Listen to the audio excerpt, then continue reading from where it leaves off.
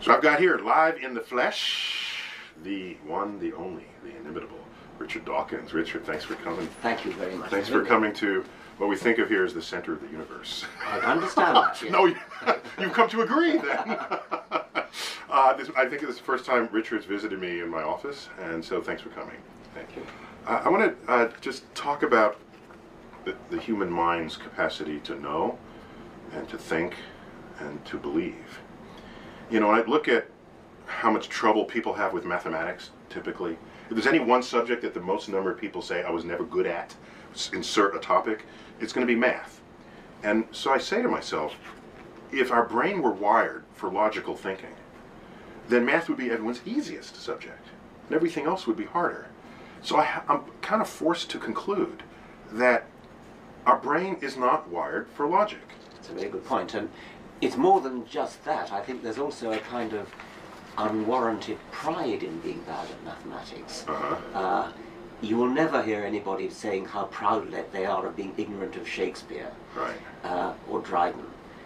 But plenty of people will say they're proud of being ignorant of mathematics. Or if they don't use the word proud, they'll say, I was never good at math, ha ha ha ha, yeah, they'll chuckle about it, it becomes a joke. There was a thing in one of the British newspapers where a science writer, I think a science journalist, was lamenting the fact that many people in Britain think it takes 1 month for the Earth to orbit the Sun.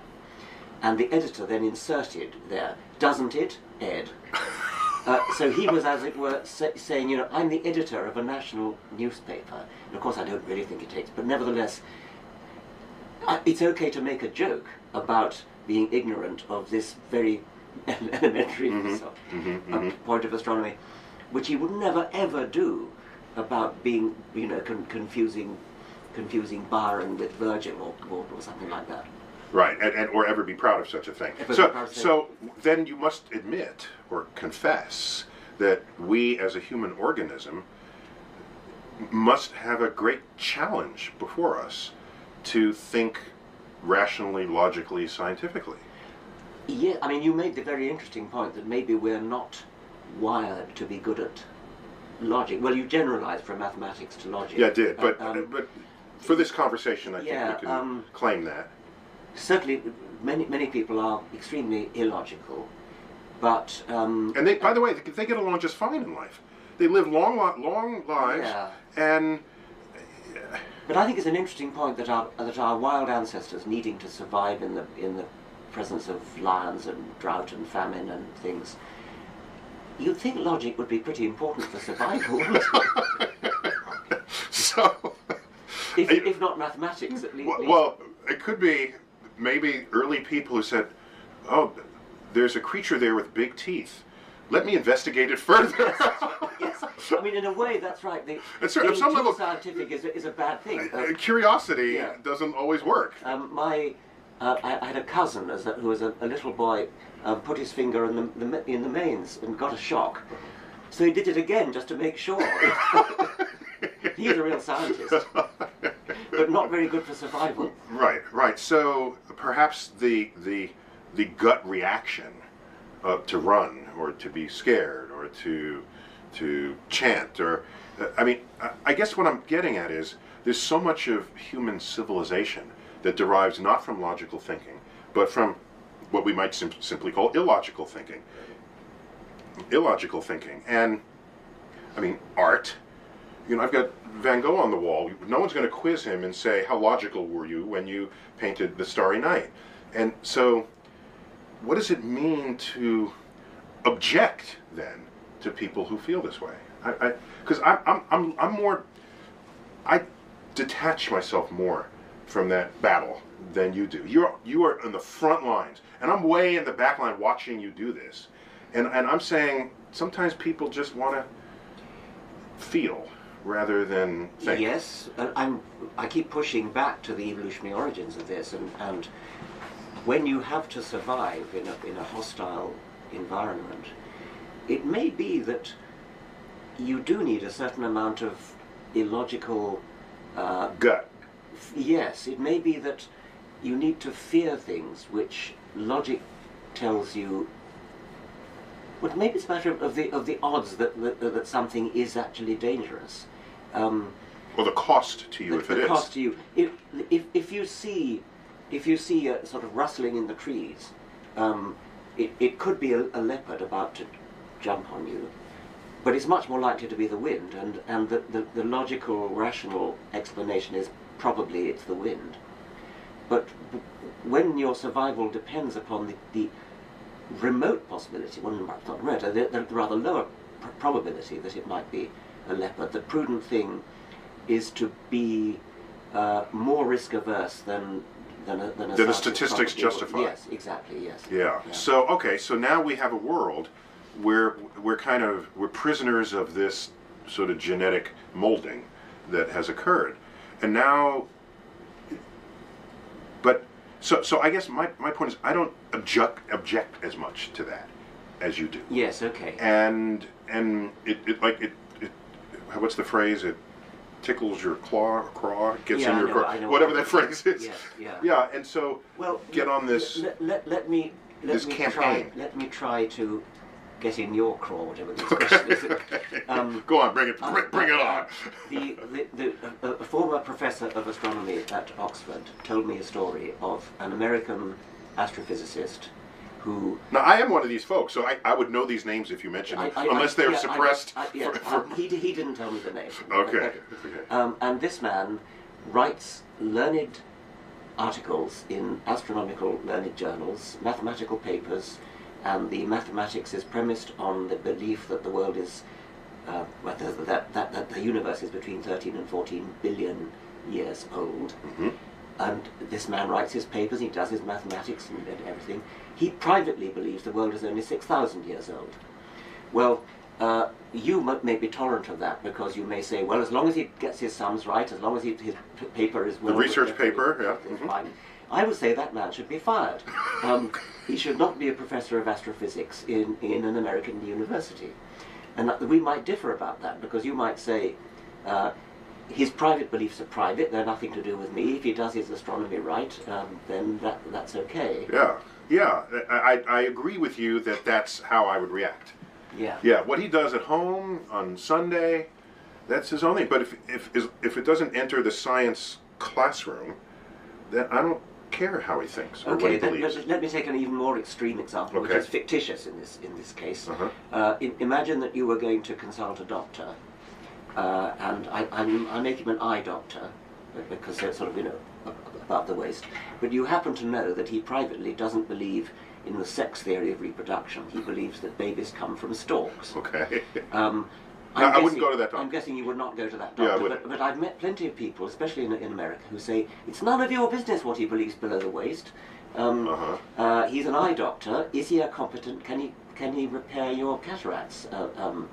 And I don't think he should be employed in a hospital because what you're saying about that man is that he's got the kind of mind which is so adrift from reality that even if he's a competent eye surgeon, I don't think he could be trusted. Okay, so you interestingly, you are reacting in the way our ancestors, hearing the rustle in the bushes, are reacting because most of the time it's wind. Yes. Some of the time it's a leopard, and that's a fear factor. That creates a fear factor that overrides everything else. He's a good eye surgeon. He or she is a good eye surgeon. Right. But there's that lingering risk that the stork theory of reproduction might somehow affect the scalpel. I don't so you think fear I'm that not sure risk. it needs to affect the scalpel. I think it's something... Okay, so then you object on principle. I think so, yeah. Yeah, not on practice. It's a principle thing. Or the professor of geography who believes in the flat Earth, but otherwise makes perfect globes. Yes, quite. Yes, exactly. There are okay, so you're a principled person. That's all that means. You think it should be a certain way, and everything surrounding it, even if in practice it doesn't manifest, you kind of want the whole package to be consistent. Yeah, I think so. Okay, so now given that, what do you do about it? Because I don't really do anything. You want to change that, and we just admitted together that we are prisoners of this of mystical, magical ways of thinking, or illogical ways of thinking, and now you want to change the biological directive of the human mind. And how do you do that? I like to use the phrase consciousness raising, okay, which is a feminist phrase. Mm-hmm. And I mean, it started in the feminist movement. I think that's where I first heard it anyway. Mm-hmm. And consciousness raising is. So we're not, I don't want to be dictatorial and say there should be a law against illogical thinking. I'm not that fascist. But you know what happened if you do pass law? Let's imagine a future where all illogical people had to move to one particular state. Would it be wonderful? Yes. No, but that would be the state where like all the music and art would come from, right? All the truly creative people are some of the least logical people I've ever met. Yet they create and they make the world a little more interesting. But that's my thing. If that were true, I'd go along with you. I'm not sure about that. That's a different issue. Whether or not that's a true fact. Issue, yeah. Okay. All right. So what do you do? Do you want to consciousness raise? Do you have tactics? Because I want a consciousness raise too. So I've got. Let's compare. Okay, I suspect your tactics may be better than mine, because your tactics, I think, are to lead by example. Yes. To practice logic, practice science, expose the wonder of science. I like to do all that as well. In fact, your book has the word wonder in it. Your memoir. Yes. Remind me the name of it. An Appetite for Wonder. An Appetite for Wonder, which any scientist has, and which most people have, I think. Yes, and it's the subtitle of another of my books, Unweaving the Rainbow, and the subtitle is something about an appetite for wonder. Mm-hmm, mm-hmm. And that book, by the way, Unweaving the Rainbow, is my attempt to join poetry to science. Okay. The phrase, the title comes from Keats's attack on Newton for unweaving the rainbow. Keats thought that Newton was destroying the poetry of the rainbow by explaining the spectrum. Or completely destroying the mystery of it. Destroying the mystery of it. And the message of my book is that you don't, by destroying the mystery, you increase the poetry, you don't decrease and it. I try to go there in all of my work, whether or not I succeed. That's my intent. Exactly. So where do you differ from this? Or where else do you go? I mean, I certainly want to go all the way with that. I'm with, say, Richard Feynman, who said, when I look at a rose, I see the same beauty as a poet or a painter sees in a rose, but I also get poetic inspiration from the fact that I know that the colour is to attract insects and that this has come about by natural selection. I feel the same way about beautiful sunsets. Yeah. I think there's no more reproduced image when people want you to think of God than a sunset with beams of light coming out. It's all about impurities in in the atmosphere. So I deeply appreciate the splendor of a magnificent sunset with a curtain of twilight colors going from deep blue to sky blue and the red sun. But I also know that the surface of the sun is 6,000 degrees and there's rarely scattering in the atmosphere. You have water droplets condensing to make clouds, and so I agree with the Feynman approach to that. But now, where else do you go? Where else do you take this? Maybe I go a little bit further in the direction of good-natured ridicule of absurd ideas like astrology, like homeopathy. But so you're saying it's good-natured, but clearly the people who are on the other side of your wit and intelligence, are they saying you're being good-natured? Possibly not. Possibly. I don't really care about that. Possibly. No, I mean. I feel stupid next to you, and I know all this stuff. All right, so. Oh, come on. I have an eye to not just the astrologer that I'm talking to, but for example, the radio audience, or whatever it is that are listening in. Yes, the larger, because you have visible platforms where you share this. We both do, yes. and the point has often been made to me. If you call somebody an idiot, you're not going to change his mind, and that's possibly true. But you may change the minds of 1,000 people listening in. And so I'm less inhibited about calling him an idiot. I recall my own youth as an undergraduate being seduced by Teilhard de Chardin, that old French theologian, who wrote about the evolution of, well, Peter Meadower described as that tipsy, euphoristic prose poetry, which is one of the more tiresome manifestations of the French spirit. A typical piece of Meadower arrogant wit, patrician wit, you could call it. So this man, I mean, prose poetry kind of drips off the page, and I was totally seduced by this as an undergraduate, until I read Peter Meadower's review of the book, which contained things like what I've just quoted. And he said another thing he said was, how have people come to be taken in by Teilhard de Chardin? We have to remember that higher education has created a large body of people of cultivated tastes, educated far beyond their capacity to undertake analytical thought. And I was being, in effect, Meadower wasn't talking to me, he wasn't saying I'm an idiot, but as an undergraduate who had been fooled by this man, I took it as being, I'd been an idiot, I'd been fooled, I'd been taken in, I'd been seduced by this persuasive bullshit. Okay, so, but it means you read something else more persuasive than that original That's right, document. but I didn't mind being told I'm an idiot. Okay, but you didn't have to agree with that next level of analysis. You could have said, this person doesn't know what they're talking about, this writing is beautiful. And for example, let's go back to, when was it, when was William Paley's book? 1802. 1802. What is it, Natural Theology. Natural Theology. Yeah. This is, I own that book, and I've read it, and most of it, and he's making strong arguments for design in nature. And I guess this is the first example of the watch. Yeah. The watch in the wild. If you in the forest and you find a watch, Yeah. it has a function, a purpose, Yeah. and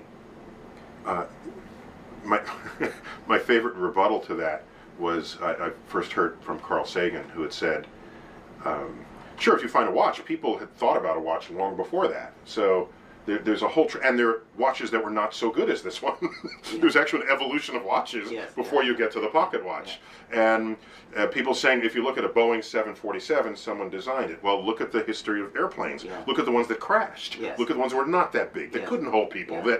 And so, in fact, there were a lot of fits and starts in even things humans design, as well as the fits and starts in evolution. But my point is, if I don't know who to believe yet, and I see these reasoned arguments, William Paley is not he's not thumping the Bible at you. He's trying to think this through. Sure. And then I read you, and I have leanings to Paley anyway. Why?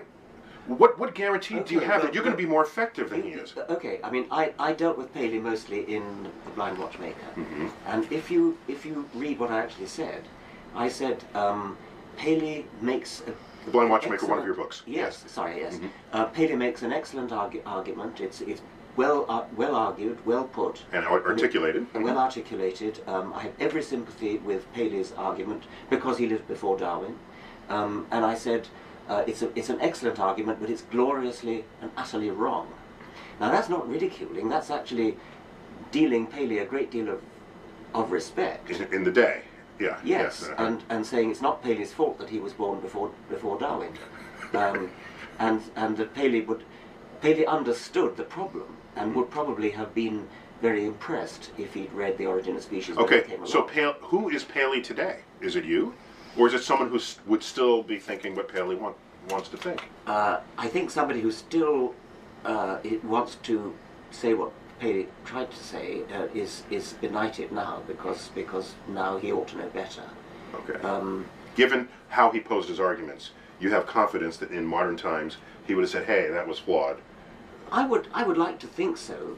I can't be sure what Paley himself would have said, but certainly I never denigrated the strength of Paley's argument. In a way, he was posing the problem, and you'd be surprised how many people today, many scientists today, underrate Darwinism because they don't understand what Paley understood very well, which is the wonderful illusion of design. I mean, there are plenty of scientists who don't understand how elegant and beautiful the living world actually is. They sort of think, well, what's the problem? I mean, it just sort of happened by chance. Right. Of course it bloody didn't happen by chance. It couldn't happen by chance. It had to happen by a very, very special process. And Paley understood that. He got that right. In fact, even in my field, Fred Hoyle, who is famous for criticizing the singularity origin of the universe and derisively called it the Big Bang, which we still use today. He did some calculation about how you might arrive at an eyeball from random combinations of atoms, and it was some stupendously unlikely probability, but he didn't factor in that any variation on not being able to see it is better than not being able to see it. Yeah, it's cumulative. And so the statistics are not start with atoms, come out with an eyeball. No. It start with atoms and you're slightly sensitive, and then you're more sensitive, and you make an image, and so it accumulates in a direction that is of value to the organism. Yes. And I use the metaphor of Mount Improbable for that, where I have a mountain which on one side is an absolutely sheer precipice, and on the other side is a gradual slope. And the eyeball is sitting on top of the mountain. Getting it by random chance is equivalent to standing at the bottom of the mountain and leaping to the top in one leap, which you can't do. And that's equivalent to a theological explanation, by the way, as well. But if you go around the other side of the mountain, you've got this nice gentle gradient, and you just walk step by step by step by step, where you get increasingly complex and increasingly beautiful eyes until you get a vertebrate eye. Interesting. Which still has revealing flaws, right, but it's nothing like jumping from the bottom to the top of the precipice. In one leap. And so many people think that evolution is about jumping from the bottom to the top in one leap, Okay, so when you have the conversation with the individual, knowing you have a platform, even if the individual is insulted or feels bad or feels stupid, you're relying on the fact that there's some other people that were perhaps on the fence who could be swayed by your arguments.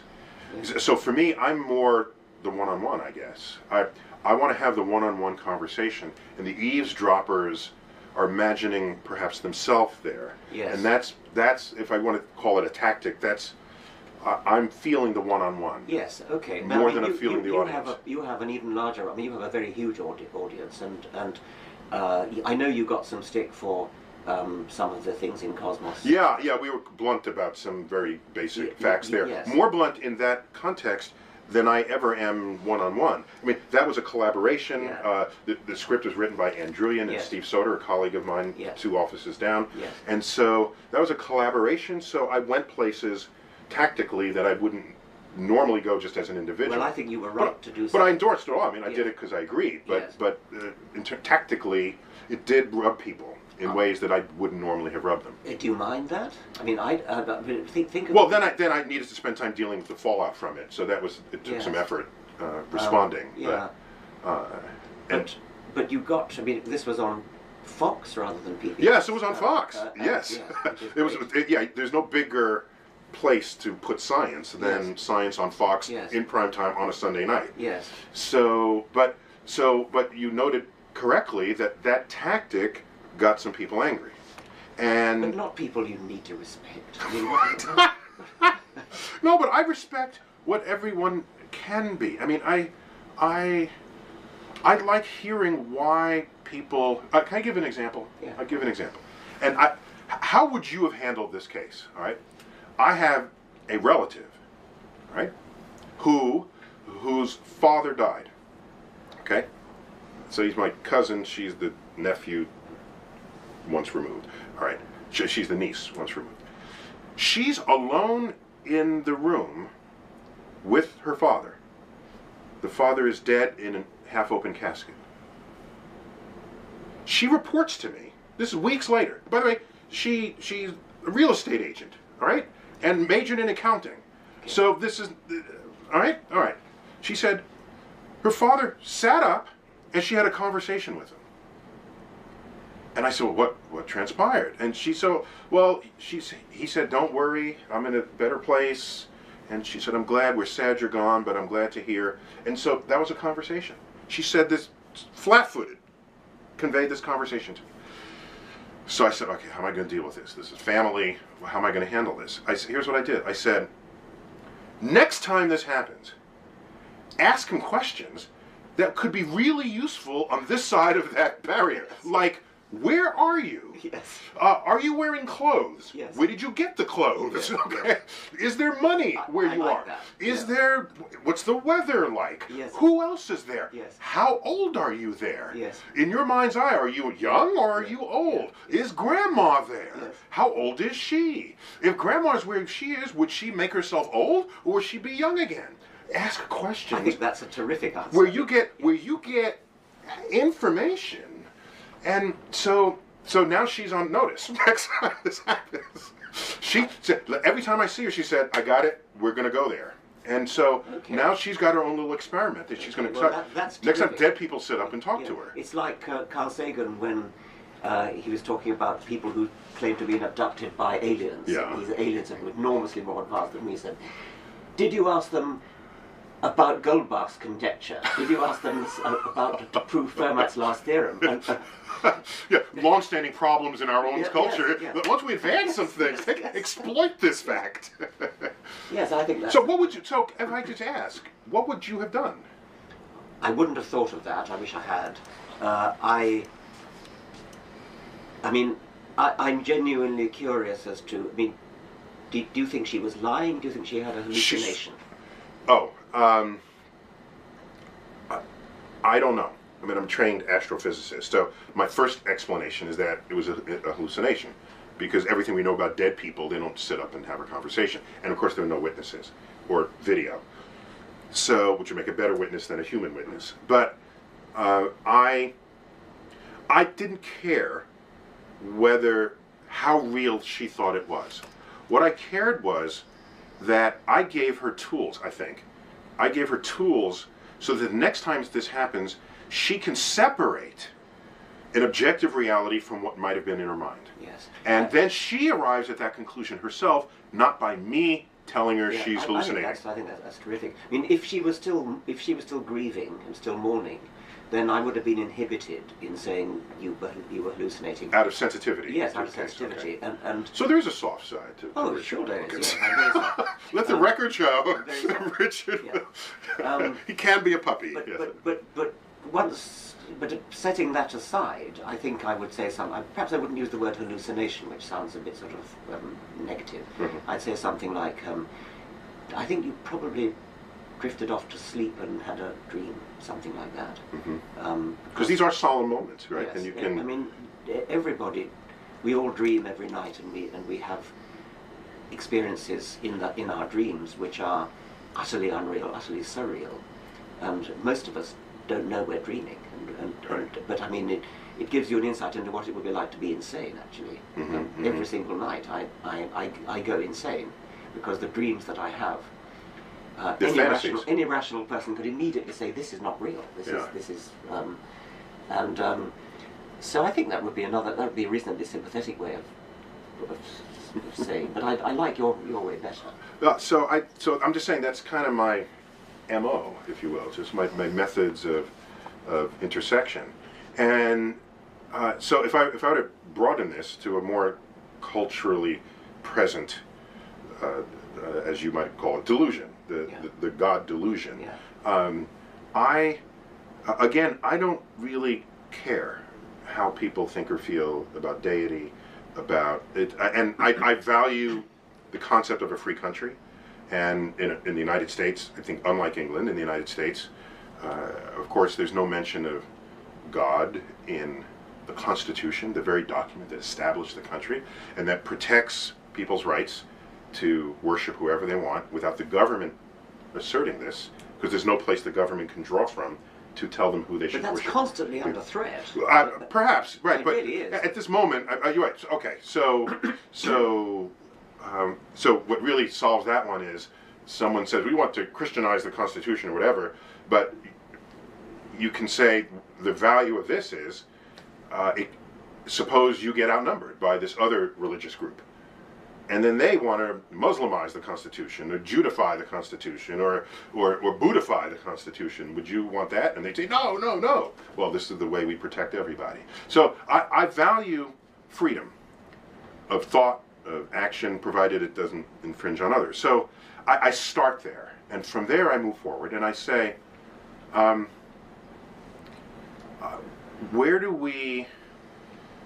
do you do in modern society when we know science works and we know how it works and it establishes objective truths, but in a world where people want to have freedom of thought, where do you come down on that? The United States Constitution is unrivaled in the world, and it's as you say, total separation of church and state. The practice is that not a single member of the United States Congress admits to being a non-believer. Mm-hmm. That's a statistical nonsense, Mm-hmm. and it's not conceivable that that's really Right, true. was it 500 and whatever the number? 535 people, every single one of them Mm-hmm. claims to believe in a supernatural higher power.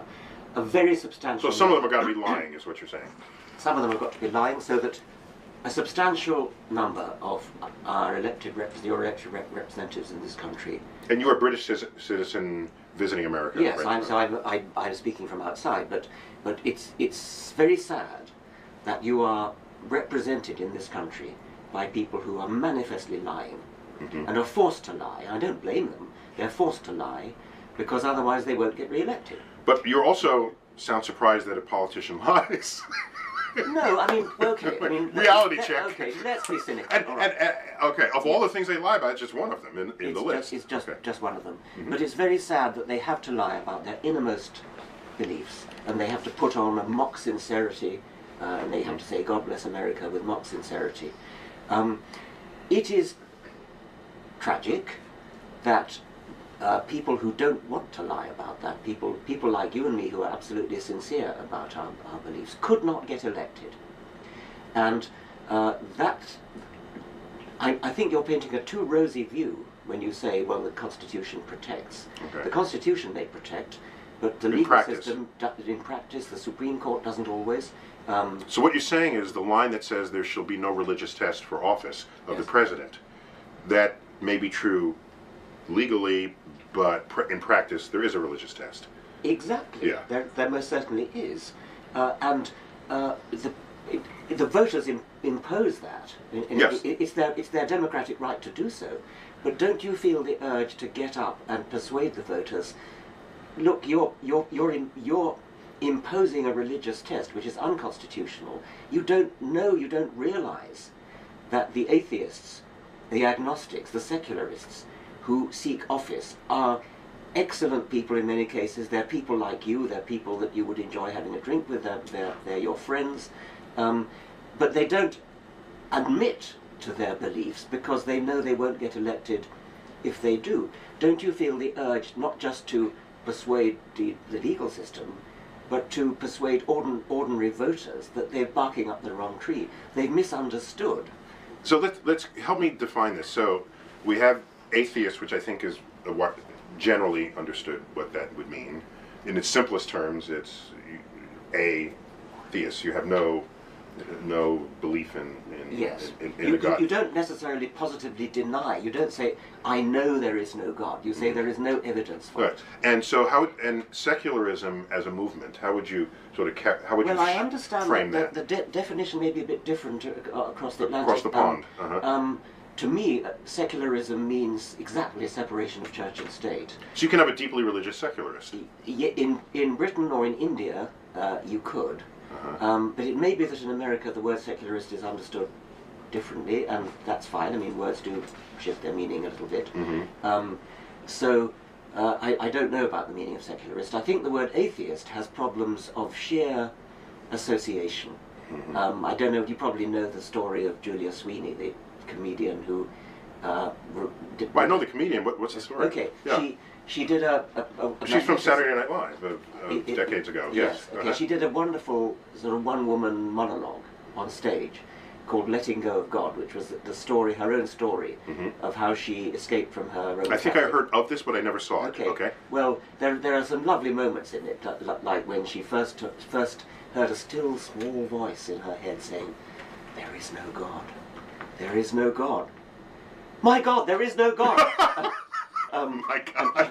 Well, maybe I made that last bit up, I don't know. But then, why? You know, how does the Earth keep going round the sun? And Oh yes, there's Newton's laws, but then towards the end, she has a wonderful story about how it got into a newspaper that she'd become an atheist, and her mother read this, and her mother rang up in a panic and said, "Well, I don't mind you not believing in God, but an atheist." Okay. So that's one of the problems we're up against.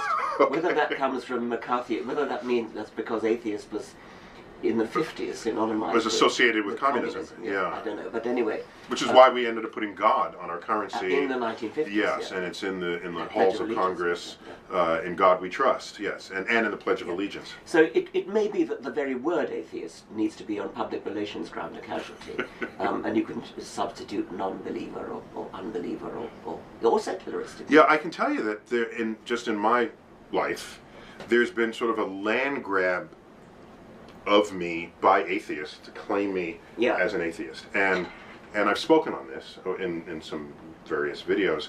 My great objection is not simply whatever the definition of atheist is. I just don't want a title.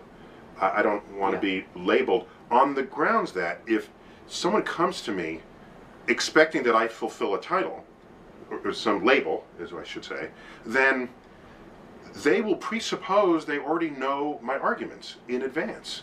And I'd rather they hear me from scratch and hear me build an argument and a conversation, and then we build it together. A very subtle point I'll just insert here. When I taught in college, I taught at a transition between when you had sort of transparencies that you could write on or you can pre-prepare them, and some professors would just slap on a fully laid out transparency and there were all the notes and they would speak to the notes. And as opposed to building it up. As opposed to building it up. And I said, no, if you do that, they'll just it's like they'll just copy. Whereas if you draw the first part of the diagram, here's an axis of temperature and here's time and then you assemble the ideas together. And it's way deeper understanding of what's going on. That's a very good didactic point for actually teaching. I'm not sure it applies to what you were saying before about being labeled. I mean, you wouldn't... No, it does in the conversation. If you don't know anything about me, you have to learn it from scratch. If you were known to be a rationalist, for example, I mean, if you were known to be a realist, if you were known to be somebody who bases his conclusions on evidence, right? Would you feel the need to hide that label on the same grounds? In the sense that someone coming into the conversation may be defensive in advance. They may have a posture in advance. They might try to line up some arguments in advance, and it denies the purity of a conversation that could have happened. The sincerity of a conversation that I value in a one-on-one encounter. That presupposes you've got time to develop.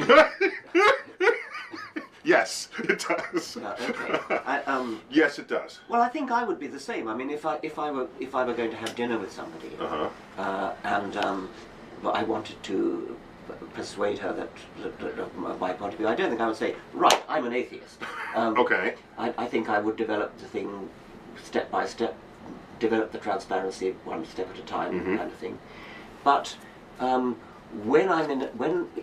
if I were living in a country where it was impossible to get elected, if you had that label, I think a little bit like gay pride. I mean, I think it's like standing out and saying, I'm gay, or I'm not gay, but I believe in gay marriage, or something. But I think part of the difference there is, and I think I've got this right, in the secular movement, there's an urge to get more people to think that way, or to be that way, on the grounds that you have a better society for having done so, or a more rationally deciding society.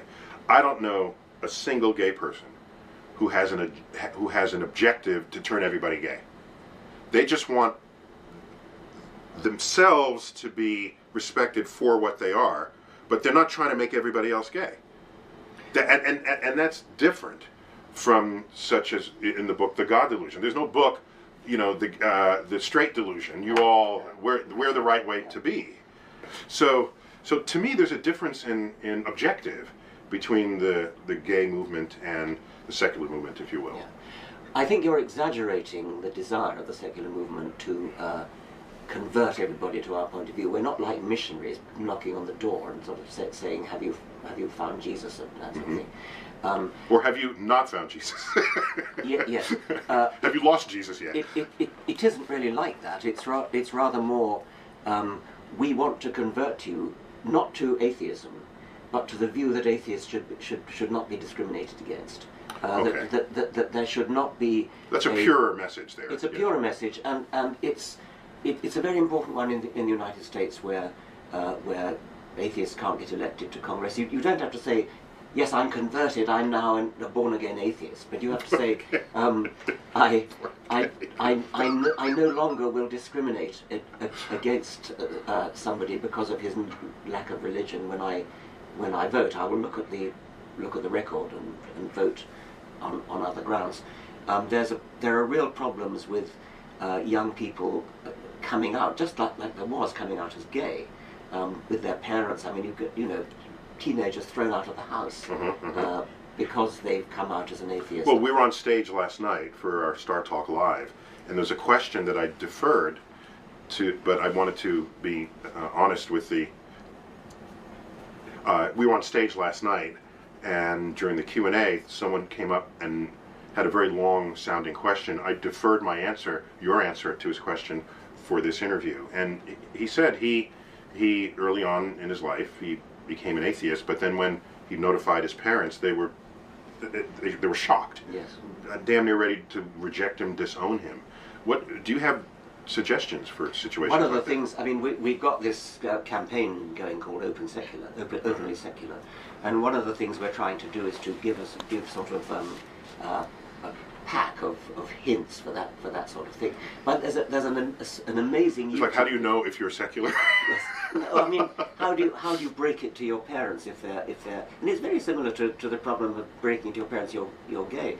There's a really rather tragicomic YouTube film of a boy of about 16 breaking it to his mother that he's an atheist, and the conversation takes place in the kitchen, and he's not very articulate young man. He's sort of, Mom, I gotta tell you, I'm an atheist.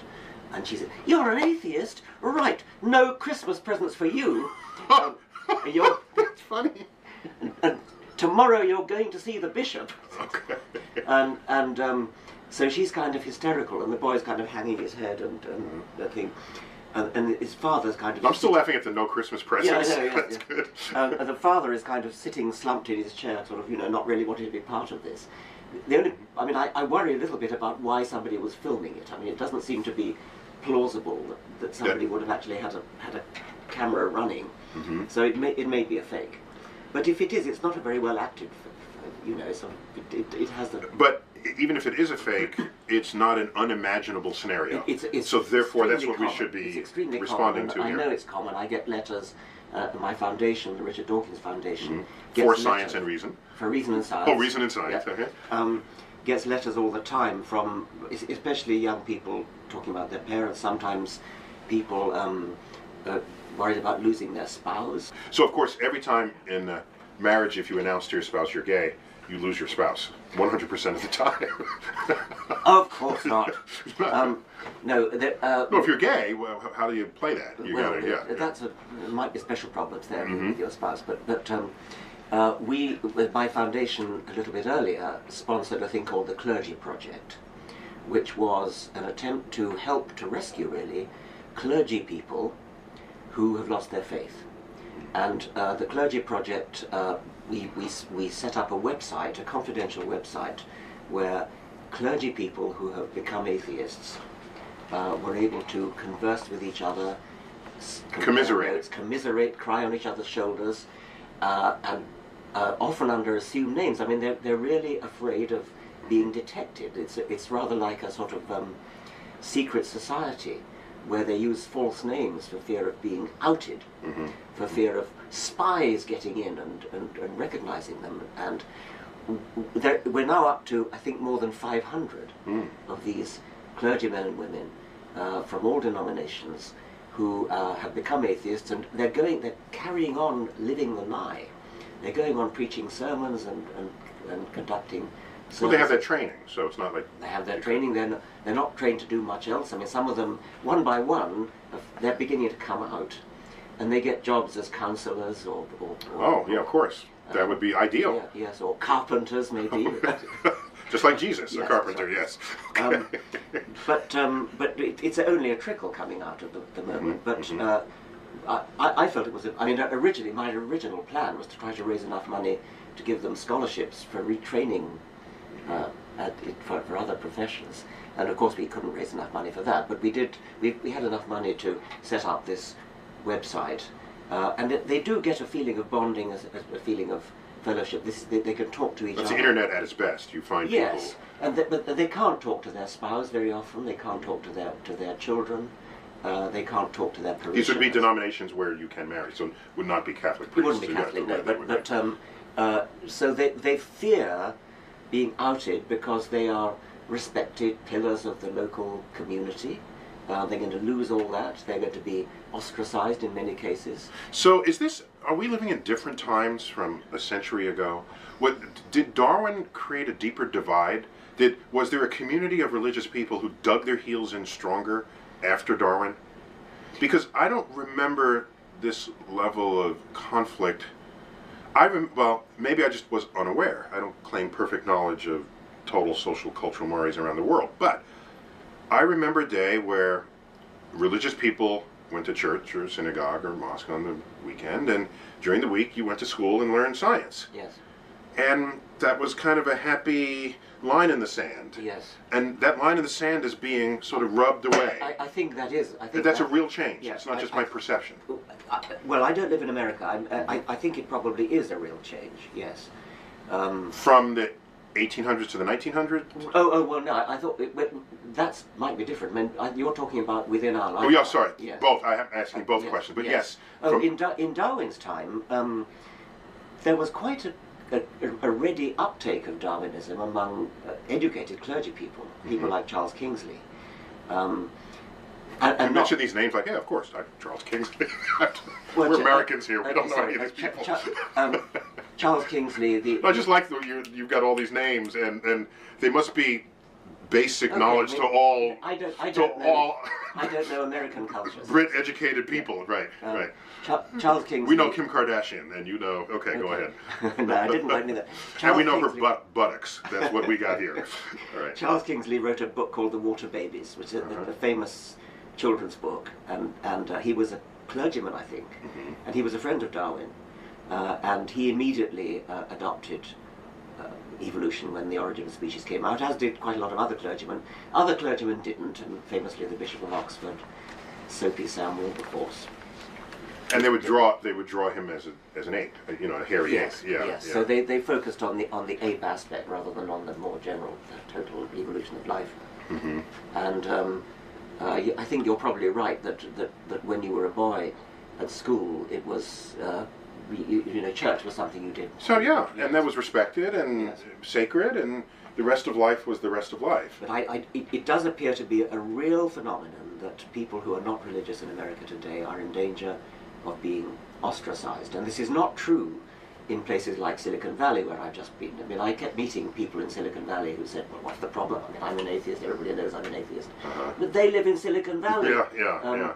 They don't live in the prairies. How about the UK or Europe in general? It's very atheistic, isn't that correct? Yes, and paradoxically, many European countries have an established church, and that may be no accident. It may be that the established church makes religion kind of boring. It's sort of whereas in America, religion when you have choice of religion, free enterprise, choice. Yeah, you advertise your mega church, and I can follow the preachers I like. Exactly. And then you go to this church rather than that church. And that's in fascinating. Britain, people don't go to church except to be married and buried. And when the brief time I spent there while we were filming Cosmos, that's when I learned. There's this thing called the Anglican Church. Yes. But it's an administrative entity practically, and beyond that, nobody goes to church. It crowns the monarch. And that's it. And then it's done. Yes. And the rest of Europe is.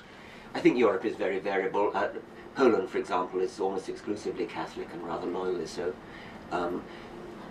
Scandinavia, Not so much. Not like Scandinavia, they more or less totally dropped religion, except for Islam, incidentally.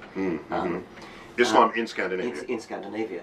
And I think France and sort of the traditionally Catholic countries, France, Italy, Spain, there's a very strong anti-clericalism. But I don't know very much about Europe. But I do get the impression that, it's more than an impression, that America, the United States, stands out like a sore thumb for its religiosity. You have to get more or less right over Europe to the Middle East before you start getting a similar preoccupation with religion. Now, if we go back in time, essentially every famous scientist pre-20th century is religious. Galileo is religious. He's a devout Catholic. Newton was Anglican, but he objected to the Trinity, I guess. He had some issues. So it's not uncommon to have strongly religious people in modern times cite the religiosity of scientists of the past. And if you look at the numbers today, I haven't checked the very latest ones, but when I last did check, in the United States, it's as many as a third of practicing, publishing scientists would claim to be religious in the unambiguous way where you ask, do you pray? Yeah. To have a all-powerful being intercede in your daily affairs. So you can't then say being religious is in and of itself the problem. You'd have to modify that argument to say it's when you want to do this with your religion that it's a problem. But otherwise, for all these other people, it's just fine. Okay, let me take that. I think we want to make a big distinction between the historical point and the present day. Sure, I conflated them, I'm sorry. Newton, Galileo, pre-Darwin. You couldn't not be religious pre-Darwin. At least, I mean, you could, but you would have to be very, very stalwart in your skepticism, right. Because somehow look around the world, it kind of looks almost obvious. This is going to get misquoted. It looks almost obvious that there had to be a designer, and until Darwin came along. Who can blame Newton and Galileo? So I'm deeply unimpressed by that argument. The 1/3 of scientists in America, that's approximately correct, by the polls that I've seen. If you move off from scientists generally to fellows of the National Academy, the elite scientists, or in the Royal Society, studies have been done of both the American National Academy and the British Commonwealth Royal Society, almost identical. They're corresponding elite bodies of elite academies of science. About 10%. So that number drops. The number drops dramatically. Now, I've seen you make the point that we still have to worry about the 10%. Well, I don't think I used the word worry, because that was how people wanted to characterize me. But my actual point was, we have people such as yourself out there, making the case to the public. But I don't see you making the case to the third of scientists, our professional brethren. What hope do you have of converting the public, guiding them away from their leading them to more rational ways, when our own scientific community is representing in just that way to the level of a third? Okay. And even in the elite group, that 10% is not 0%. No, that's right. So clearly there's something you're never going to get to. I think that's right. You have to put a little bit of caution on that. If you ask them what they actually believe. The scientist. Yes, ask the scientists what they believe. They may say they're religious, they may say I'm Jewish or I'm Christian. If you actually ask these... this 1/3. The 1/3, and perhaps more particularly the 10%, what they believe, they will talk about mystery of the universe, and they have a sort of reverent attitude, which I have as well, and I think you have. But then if you say, do you actually believe in anything supernatural? You call yourself Christian, but you believe that Jesus was born of a virgin or rose from the dead? Of course they don't. And so you've got to kind of subtract them off, I suspect. You subtract off the Einsteinian... so the Einsteinian is that Spinoza's God, where if there's a God of the universe, that that is responsible for laws and things, and responsible for the universe that science observes, which is kind of untestable. Yeah, I don't think it would even be responsible. I think it was just God is the universe, which is a bit different from thinking that there's an intelligence that started it all. So I think you want to subtract them off. Okay. Einstein unfortunately muddied the issue by using the word God rather freely. And everybody wants to claim him and for people their... therefore want to claim Einstein, rather like you're afraid of being claimed. Well, I just want to make my own arguments. Exactly. I don't want to use somebody else's argument. Einstein used God as a metaphor, and he said things like, what I really want to know is, did God have a choice in creating the universe? He simply meant, is there only one way for a universe to be? Yeah. Or when he said, God doesn't play dice, he doesn't play dice, but he doesn't play dice. He was expressing skepticism of the Heisenberg. Or the phrase, I want to know the mind of God. Yeah, yes, that's right. So subtract them off, and then you are left with a few who actually do believe in the virgin birth. And I don't know what to make of them. I mean, I think that they're, as it were, traitors to science. Traitors. But they still do science, again. But like these... You object philosophically. Like the astrophysicist that I told you about. Yes, that. Who, I think he's a traitor to science, and well, okay, we've been there already. Perhaps I tell you, I mean, my British foundation, I have a British foundation as well as an American one.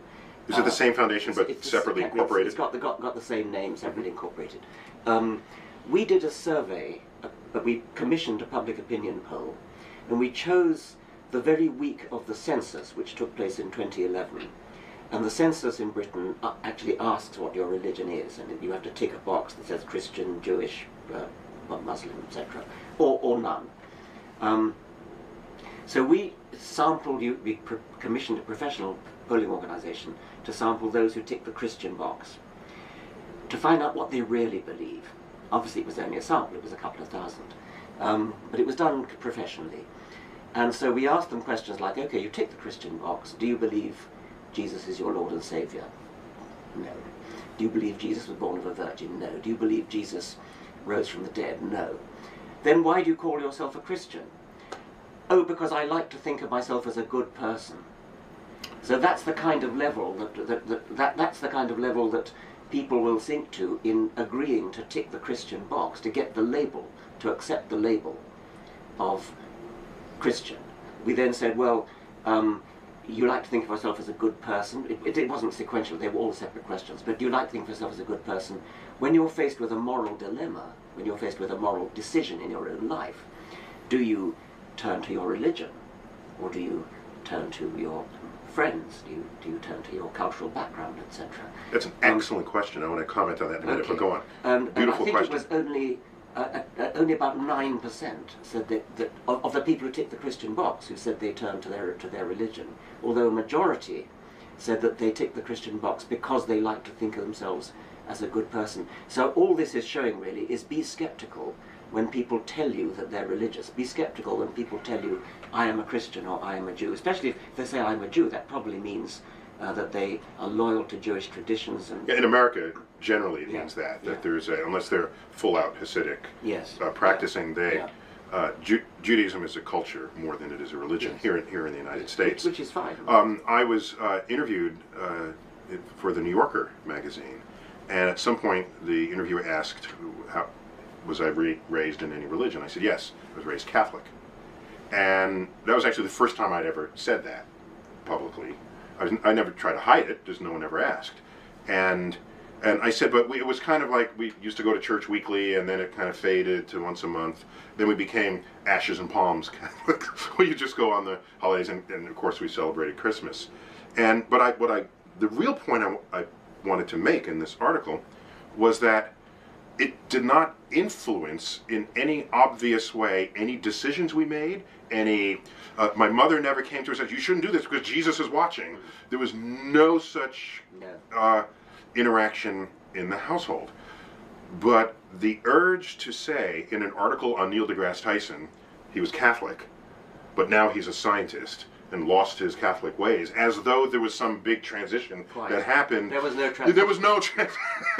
There was no it's not, so I see the urge of people to want to make these associations, but in our household, there was never what would Jesus do. It's what would a rational thinking person do in this situation. Yes. And that's how my whole life unfolded. I think there is also a kind of cultural loyalty which is not so strong as the Jewish case which you mentioned, but especially perhaps in a place like Northern Ireland, which is politically riven between Catholics and Protestants. I mean, the joke about, yes, you're an atheist, but are you a Catholic atheist or a Protestant atheist? Well, it's almost a cliche in Northern Ireland. But there is a sort of thing, you ask, well, I'm sure as hell not a Catholic, but so I'd better say I'm Protestant. Okay. Well, this is the problem with labels again. Yes, so, yeah. it's what that is. It's all very well to say that in America there's a constitutional separation between church and state, but how do you deal with the fact that a non-believer cannot get elected to high office? Yeah, the closest I've come to addressing that was on Bill Maher. At that time, Congress was at some kind of voting impasse, and everyone was complaining that they can't agree, and I just thought about it. I reflected on a time when I was younger, when I had the World Book Encyclopedia, and I remembered opening up to the section on the presidents. There's a picture of every single president and a little mini bio. And I was just intrigued. I said, I wonder what professions these presidents were. And there they were. Attorney, attorney, attorney. Farmer, attorney, attorney.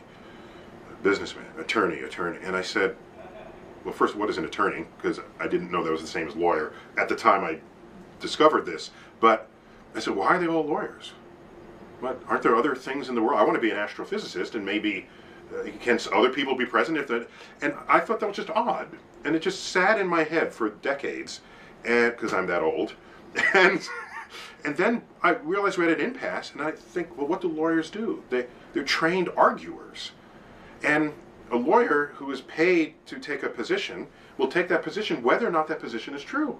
It's because they're paid to do so. And I thought that is a recipe for disaster in a Congress that has to come to agreement.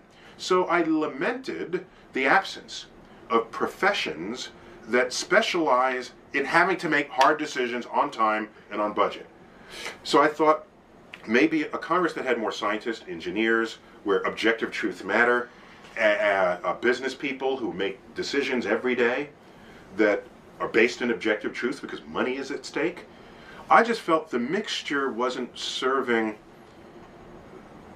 a nation where decisions had to be made. And in that context, I didn't care how religious people are. I didn't care whether I wasn't thinking, is it a religious scientist or not, a religious engineer or not? I care about the decisions people have to make and how they make them. And so I care less whether someone is religious than whether they have the capacity to think logically. But more broadly, what I object to is dogma being the foundation of governance. And yes, dogma is a big part of religion, but there's other dogma. There's anything where you think something is true but have no evidence for it, and you want everyone else to think that way, that's dogma. So you're objecting to religion, I'm objecting to dogma, under which you find many expressed. I think I'm objecting to discrimination. I mean, if you heard that nobody would ever vote for a farmer because they had a complete misconception about what farmers are like, wouldn't you? Okay, so you want to educate people. I want to educate people. I mean, Okay. if a gay person could not get elected. All right. Okay. So I guess I discovered two variables there. So one of them is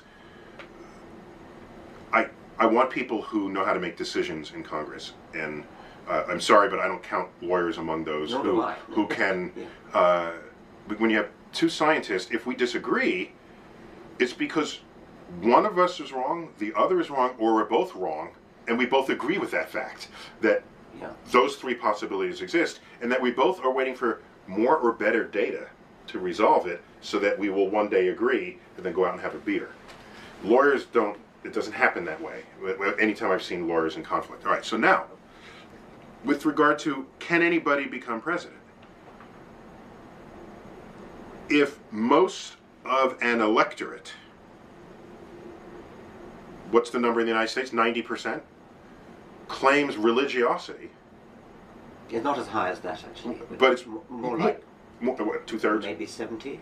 70? Okay. Oh, no, So it wasn't. maybe, because the fraction of people who disassociate from organized religion is growing. Yeah. So you fold them in, Yeah. you get 30% of them. All right. But if most districts, voting districts in the country, have a majority of people who are religious, why should you not expect that they elect religious people to represent them? No, I'm but- not surprised at that. but- What you should be surprised is if you go to Silicon Valley, where everybody is devoutly atheist, and they elect a religious person. Then you say, this is your district. It's time to vote someone in who isn't.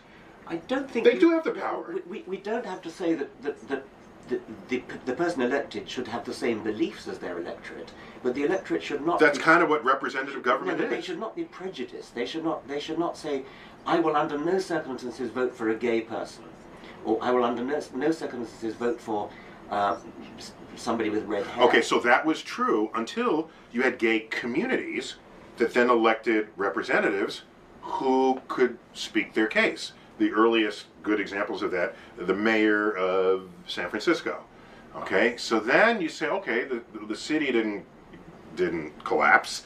You know, then it's by example rather than by. So what you need is go back to Silicon Valley if it's as atheistic as you say. I haven't ever hung out there.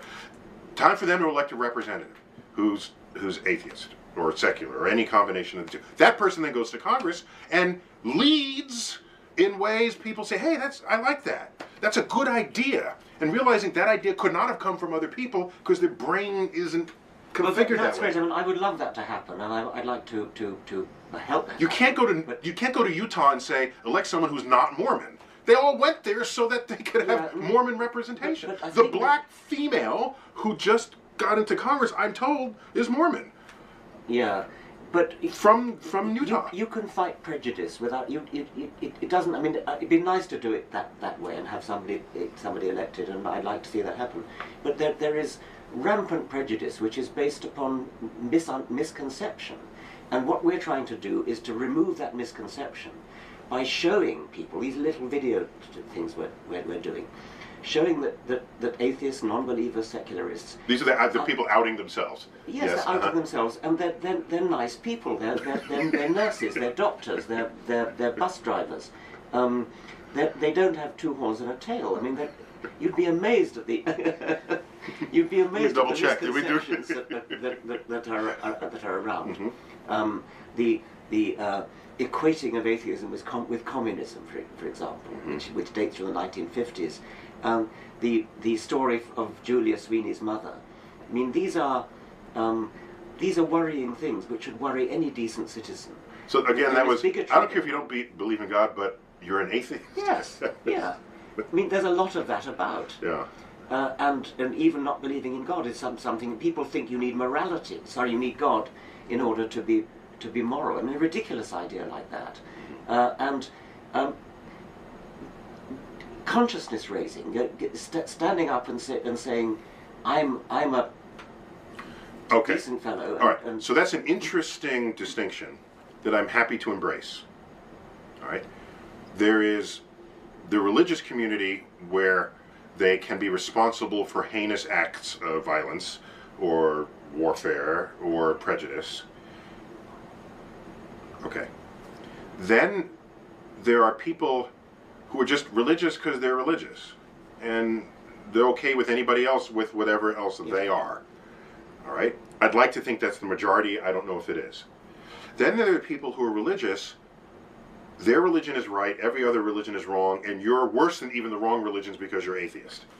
They're the ones who don't really understand where morality comes from, and so these people need to be educated, no doubt about it. Yeah. And if they're educated by example, where they learn that their best friend comes out as secular, that's interesting. That's how we learn.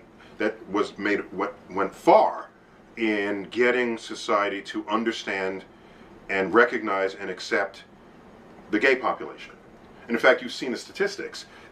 The percentage of you've seen the statistics. If you look in the age spread of who endorses gay marriage and who doesn't.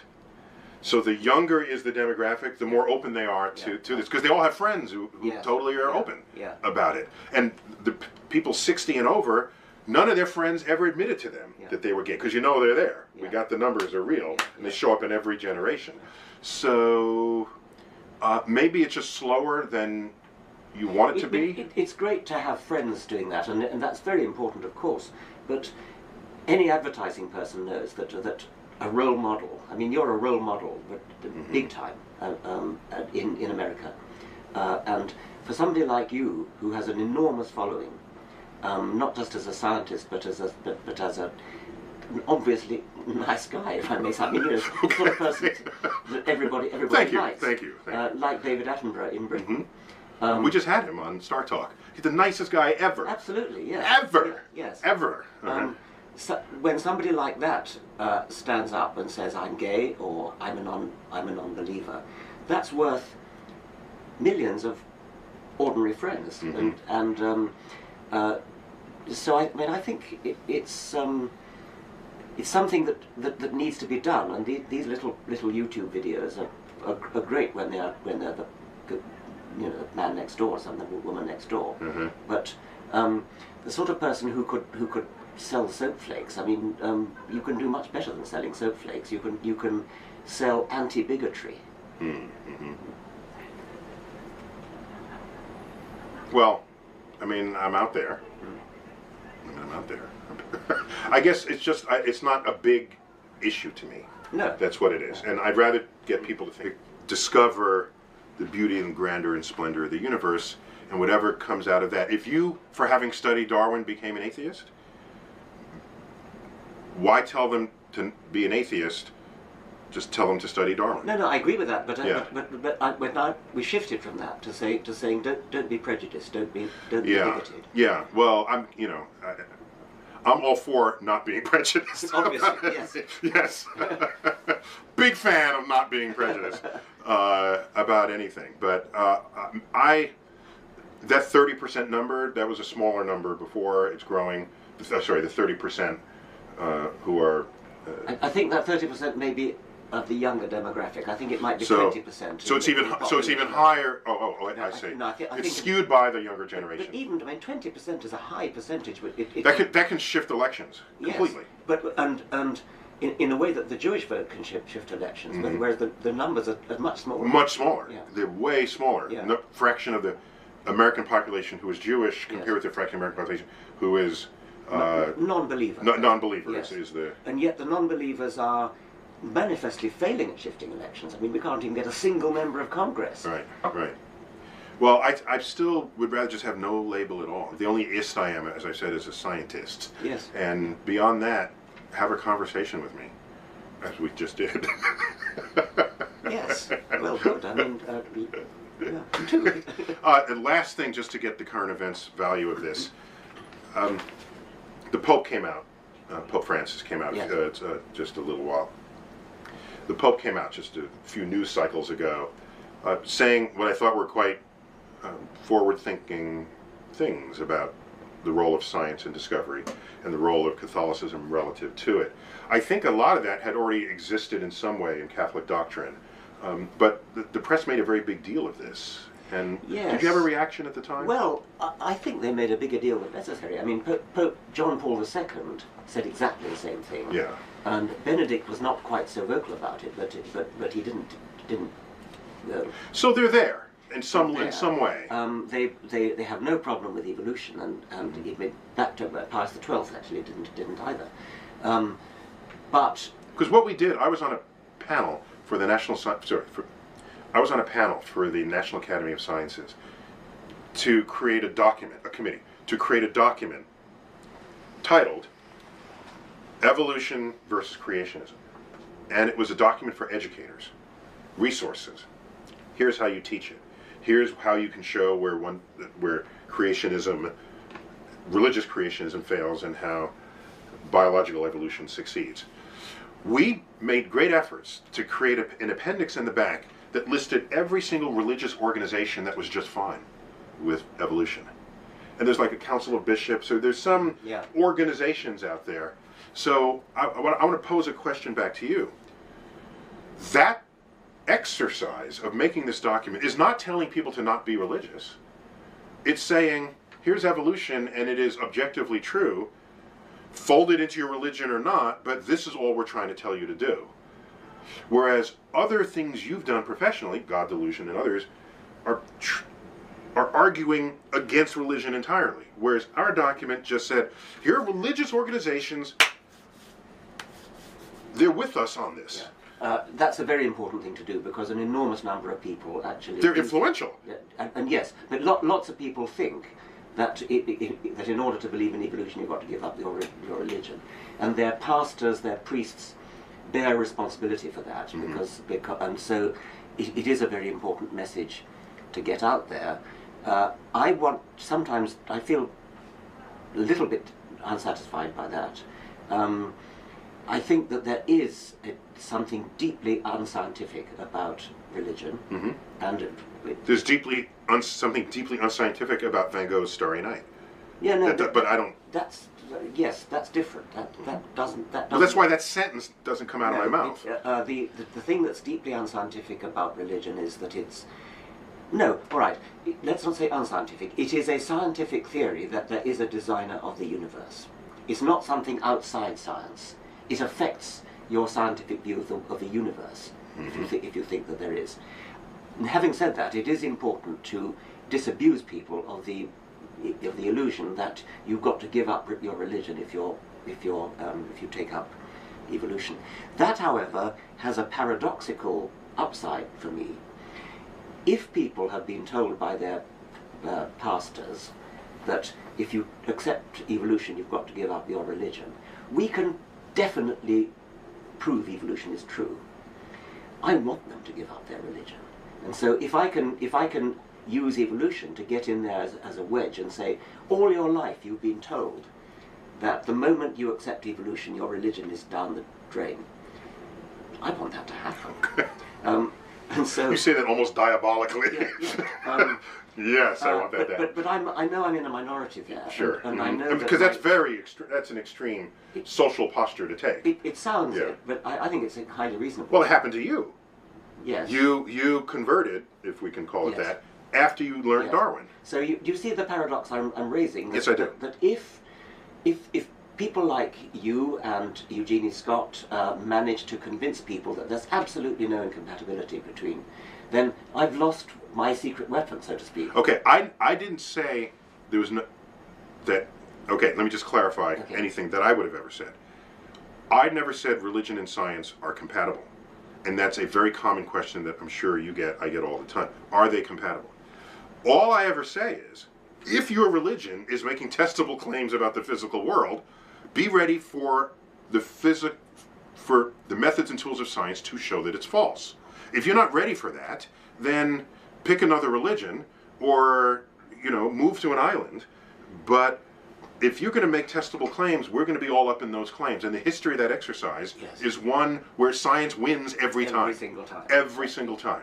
Okay. And so what has happened over the years is the Bible, like the Jeffersonian Bible, where he cuts away all of the miracles and leaves the Sermon on the Mount and leaves the statements that actually have some strong redeeming cultural, social value. And if that's how you construct your religion, I'm not going to get in your way of that. No. I would like to broaden out the testability criterion a little bit, because it may be that you can never ever find a falsifiable claim. You can actually do an experiment to test. However, as a scientist, you also accept plausibility arguments. Oh, I do that all the time. I don't treat it pure logically. Right. Let me start that again. I think the often repeated comment that you can't prove a negative. Yes. I think that is a very misleading concept. In science, we show negatives all the time. I don't want to use the word proof because that's proof exists in math. Yeah. Here, so for example, if you have a hypothesis that a bear exists in a certain zone, a certain geographic zone, and you know that the bear would have to be heavy, and if it rains, a bear would leave footprints, and bears poop, large poop, all right?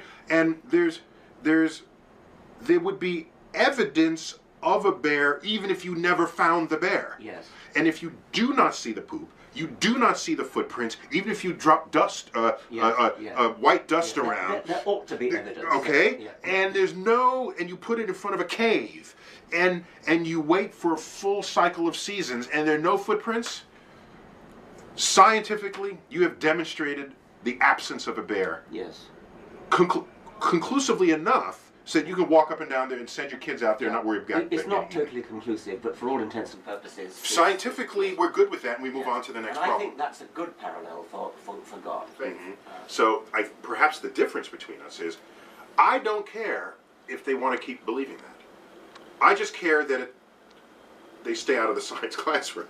Because then it's not science. It's really not science. And there was no tradition of scientists knocking down the Sunday school door, trying to tell the theologians and the preachers what to teach. There's no tradition. Atheists don't even do that. And so I cry foul when they want to come over. And part of it, I think, is they know that science has a certain cachet, and they want to sort of attach to this. That's what the Templeton Foundation is all. It's founded by Sir John Templeton, the financier who got fabulously wealthy, and he felt pretty sure that there was some connection between the physical universe and spirituality and God and religion, and so he just wants to explore these intersections. All right, I was asked to write to answer the question, does the universe have a purpose? And I was paid for that, and that's online, and I actually read it to script, so that there's like a YouTube video of what I wrote illustrated. But I did take money because I felt this was an occasion for me to tell that audience how a scientist views and the more the money answer you to take, that. the less there is for them to get to.